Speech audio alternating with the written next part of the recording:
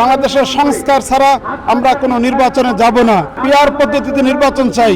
ইসলামী যতগুলো দল রয়েছে সমস্ত দলমত নির্বিশেষে ইসলামের ভোটগুলো আমরা এক বাক্সে দিব ইনশাআল্লাহ। আজকে আমরা সোহরাওয়ার্দী এই বিশাল সমাবেশে উপস্থিত হয়েছি।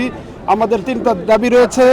১ নম্বর দাবি, ২৪-এর গণঅভ্যুত্থানে যারা শহীদ হয়েছে তাদের বিচার ছাড়া আমাদের কোনো প্রকার নির্বাচন হবে না। নাম্বার ২,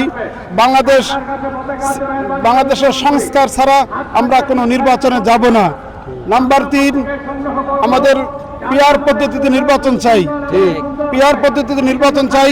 এই ৩ দাবি নিয়েই আমরা এই সোহরাওয়ার্দী ময়দানে উপস্থিত হয়েছি।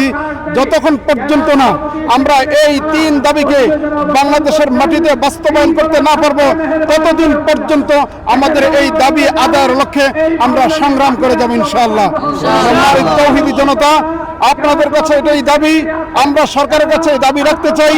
আমাদের যেই দাবিগুলো আদায় চেয়েছি আমরা, সেই ৩ দাবি অনতি বিলম্বে আমাদেরকে বাস্তবায়ন করার সুযোগ করে দিন।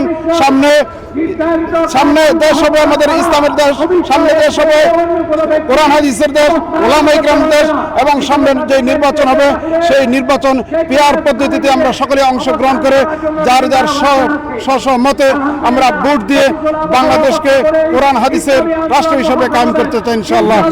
আমাদের কেন্দ্রীয় কমিটি থেকে আমাদের উপরে আদেশ আসছে, আগামী নির্বাচন একটা বাক্সে আমরা নির্বাচন করব এবং ইসলামী যতগুলো দল রয়েছে সমস্ত দলমত নির্বিশেষে ইসলামের ভোটগুলো আমরা এক বাক্সে দিব ইনশাআল্লাহ।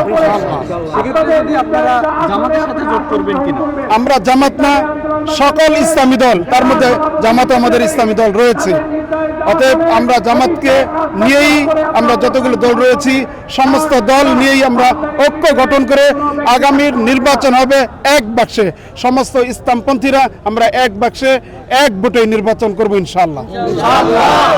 আল্লাহ তাআলা আমাদের সেই সুযোগ করে দিন।